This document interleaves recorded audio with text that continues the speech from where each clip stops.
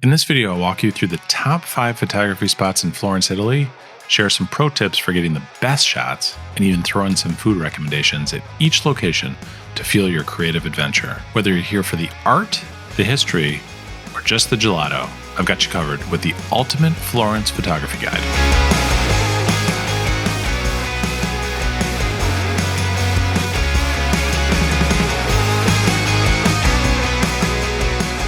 Now this video is an overview, but stay tuned because I'll be releasing some expanded videos soon where I dive deeper into a few spots like the Duomo and the Ponte Vecchio, giving you even more tips and tricks for shooting like a pro at each location. So hit subscribe, grab your camera, and let's get started. Also, feel free to skip to various parts by clicking through the chapters below. I also have a full guide on my website with every location with clickable links to Google Maps and all the photos I took at each spot. We're going to start with some travel and gear considerations and then move on to the top 5 photo spots in the second half of the video. So let's talk about how to make the most of your time in the city. Planning is key, especially when you're trying to capture the perfect shot at the perfect time. Before even leaving for the airport, I knew exactly where I wanted to shoot by looking at Google Images, 500px, and Pinterest for inspiration. Then I looked up those locations on Google Maps and plotted them using the save function. By saving all my spots on the map, I could visualize exactly where everything was, and more importantly, where I would need to stay to get all those shots. This allowed me to pick a hotel that was centrally located, cutting down on unnecessary walking and making it easy to hit key spots at the right time, especially for sunrise and sunset. So let's start with where we stayed. In the past, I've kind of cheaped out by picking a hotel based on price alone, but this time I decided I wanted a central location, so I looked through all the reviews and ended up choosing one called Hotel Roommate Isabella, which is a boutique hotel located close to everything downtown, and it's right in front of the Palazzo Strozzi, which is where I took one of my favorite photos of the entire trip. Honestly, this was the perfect spot. It was anywhere from a 5 to 15 minute walk to any major landmark around Florence, and the breakfast, including the cappuccino, was stellar. Now, the only downside is that there's a lot of stairs and there's not an elevator until you get to the first floor. So if there's some issues there, you may want to go somewhere else. So how do you get around Florence? Pretty much on your feet. Unless you're brave enough to rent one of those e-scooters on the cobbled streets, which I couldn't entirely recommend as an emergency physician. So essentially, Florence is a walking city. Taxis and Ubers are either super hard to find or incredibly slow, and public transportation is basically non-existent, except for the train going to the airport, which is actually kind of nice. So, while you can walk just about everywhere, you need to plan accordingly.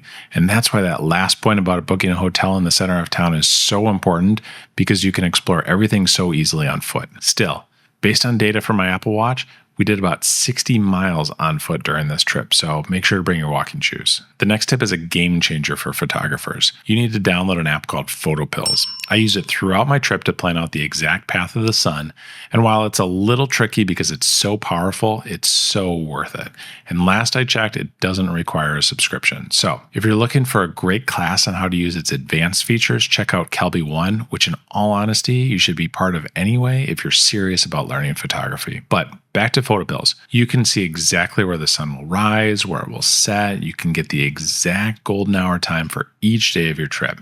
And so this helped me plan precisely where I needed to be to get the best shot possible. So speaking of light, obviously you've heard of golden hour, but there's another important window that I think is way more beneficial for your photos, which is blue hour. That's the time just before sunrise and just after sunset, where the sky is a soft, deep blue with those beautiful hues of magentas, reds, and purples. Since sunrise might only last for about 10 to 15 minutes during certain parts of the year, and depending on where you're at, the sky conditions change so rapidly during this time.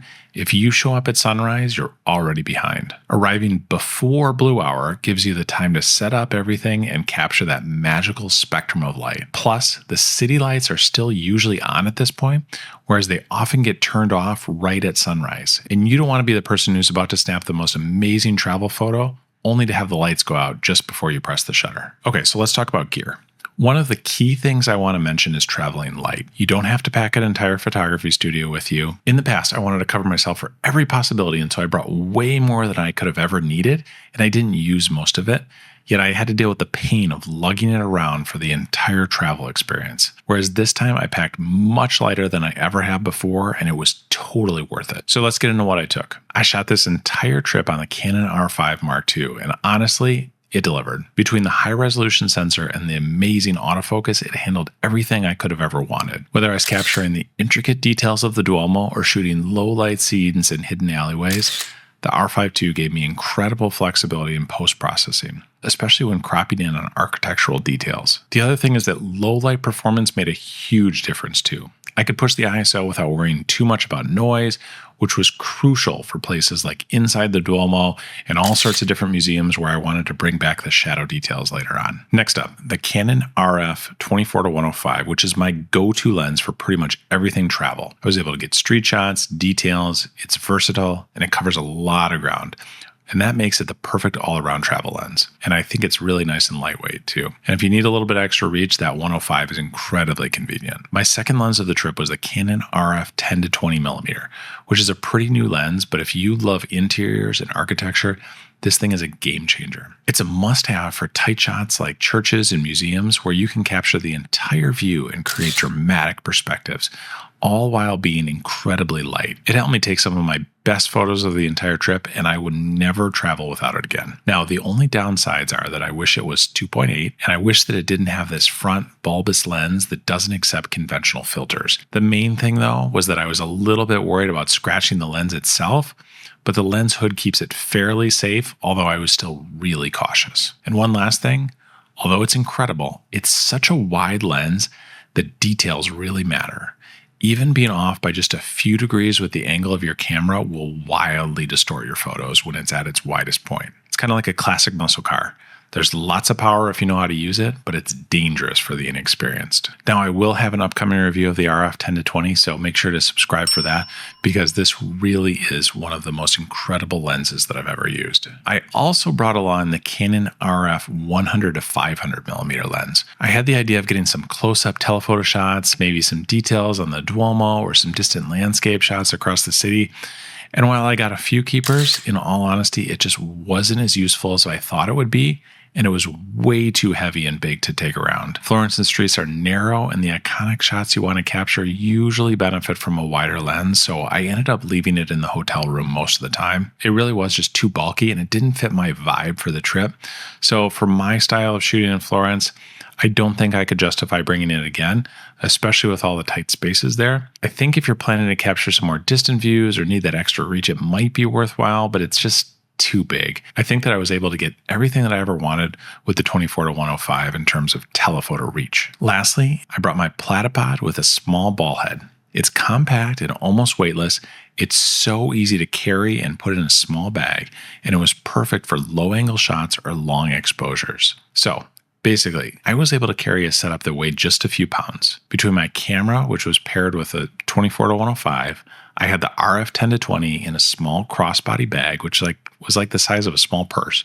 I had my platypod, a small ball head, and I was able to get any photo that I could have ever wanted. Honestly, after this experience, I couldn't imagine traveling with any more gear than that. This was way nicer than any of my past trips where I've brought way too much and carried it around every day because my back and my hips and my knees hurt way more in the past than they ever did on this trip. All right, so let's get into our top 5 photography spots in Florence, Italy.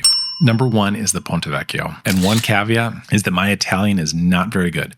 So if I don't pronounce something right, then that is on me. But the Ponte Vecchio is arguably the most iconic spot in Florence, and for good reason. It's absolutely stunning, especially during golden hour, and the bridge itself dates back to 1345, and it's famous for its goldsmithing shops and jewelers. It's also the only bridge in Florence to survive the bombings of World War II. So for sunrise, head to Ponte Santa Trinita. You get the first light hitting the bridge with a beautiful reflection over the Arno River. At sunset, go over to the opposite side, and you're going to go on the Ponte alle Grazie, which gives you a dramatic view of the bridge. There's gorgeous lighting in the evening, and you see the rest of the city behind. Now, one big disclaimer is don't take your wife over the Ponte Vecchio unless you're ring shopping, and you've been warned. Seriously, this is a high-stakes spot. If you're planning on buying a ring, it's the perfect place to do it. Just know that while you may be creating a very romantic moment, it's also going to be a very expensive one, which this time I learned the hard way. Last time, we escaped, but our wallet wasn't so lucky this time. Okay, so now we get to our very first food recommendation. After you get your shots to the Ponte Vecchio, I recommend heading to Ristorante dei Rossi nearby. Make sure to get the carpaccio as an appetizer and the pistachio cake for dessert.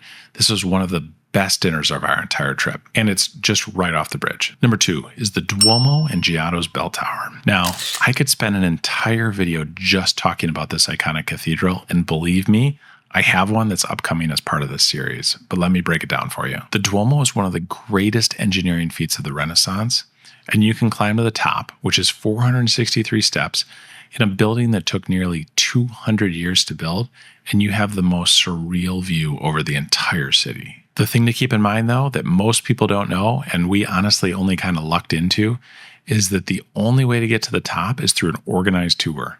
You can't just buy a ticket to the Duomo itself and expect to go all the way up. So we used Fat Tire Tours, and I couldn't recommend them more. They are well-informed, well-organized, and they made the climb a lot more entertaining. The guide gave us a fascinating insight into the history and architecture of the Duomo in a small, intimate setting, and this really was one of the best parts of our entire trip. The other thing that's amazing about the Duomo ticket is that it also includes access to the bell tower and the baptistry, even for the next few days. So after you climb the Duomo, you can head over to these spots, which are both worth photographing in their own right. The baptistry has beautiful mosaics, and it's often less traveled, so you have more room to explore, even when Florence is really busy. But if you want an even better view of the cathedral itself, climb the bell tower. It's only 414 steps, and there's no dome blocking the shot. Now, one key point here is to book the last tour of the day, and this way you get incredible sunset views over the entire city.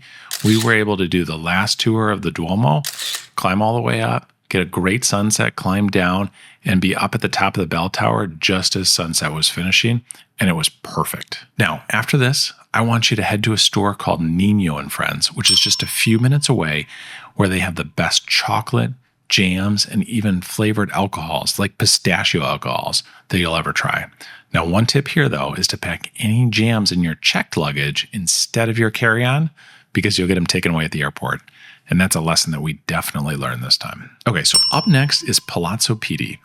And while everyone visits the Duomo and the Ponte Vecchio, Palazzo Pitti is generally overlooked by tourists. I know we almost missed it, but trust me, it's one of Florence's best photography locations. The palace itself is stunning, and the gardens behind it, the Boboli Gardens, offer a tranquil space to get some incredible shots while enjoying the picturesque walk. This was just one of the absolute highlights of our trip. You can also actually take a long distance shot of the Duomo here for a unique perspective that you can't get anywhere else, and I had no problem doing this with the 24-105 at the long end. Now, one tip here is that for a unique experience after you visit Palazzo Pitti, make sure to visit Rasputin, which is a hidden speakeasy with some incredible cocktails and even better ambiance. But remember, don't tell anyone where it is. You actually have to make a reservation online just to get the details about the location, and there's a whole set of rules that you have to agree to when you arrive. Number 4 is Piazzale Michelangelo, which is the ultimate city view. If you want the most incredible view of Florence at sunset, go to Piazzale Michelangelo. Now, one thing to keep in mind is that at sunset,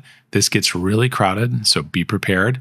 Make sure to get there early for the best shot to stake out your spot. It also has a lot of stairs and windy streets to get up, so make sure to plan ahead or you'll miss sunset itself. It's best to bookmark about 45 minutes if you're walking downtown, because it really takes a while to get up there. But if you arrive early enough, you'll have the entire city of Florence laid out in front of you, with the Duomo and the Arno River stretching across the frame. This is also a perfect spot for a panorama, which I was able to do by strapping my platypod to one of the railings, and I was able to do a long exposure panorama. Now, okay, food tip here. After sunset is done, grab a pizza at El Pizza Share. It's a hidden gem for amazing, affordable, street-inspired pizza. We got 2 pizzas for like €30, including wine, and it was absolutely incredible. And last up is Palazzo Strozzi. Now, this is right across from our hotel, and this is one of the lesser-known spots, but it's got some of the most interesting angles for photography. The best shot is from the middle of the courtyard, where you can look up and get the building framing the sky perfectly. This is a situation where having that 10 to 20 millimeter lens was the only way to make this shot even possible, and even then, I had to lie down and shoot upwards just to get it all in. Food tip here is that if you're craving gelato afterwards, because let's be real, who isn't? Venci Gelato is nearby, and this is one of those places that you wish you could visit every day.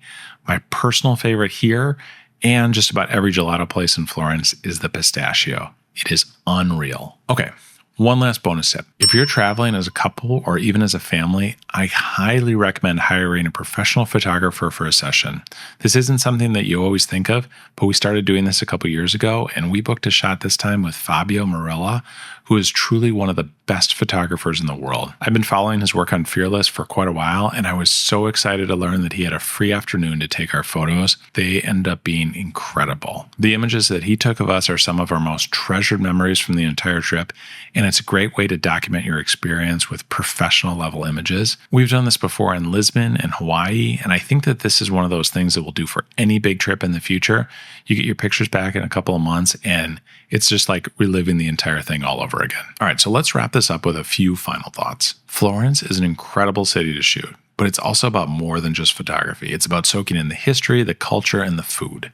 So make sure that you take the time to appreciate it all while capturing some epic shots along the way. If you enjoyed this guide, make sure you hit the like button and subscribe, because I'm going to be putting out some more videos in this series where I actually go to the Duomo, the Ponte Vecchio, and Piazzale Michelangelo, because Florence is so full of beauty and surprises. Just make sure to bring your camera, your patience, and good appetite for both food and photography. And if you want to see more about how I take some epic cityscapes, feel free to check out this video right there, where I discuss it in even more detail. Until next time, ciao.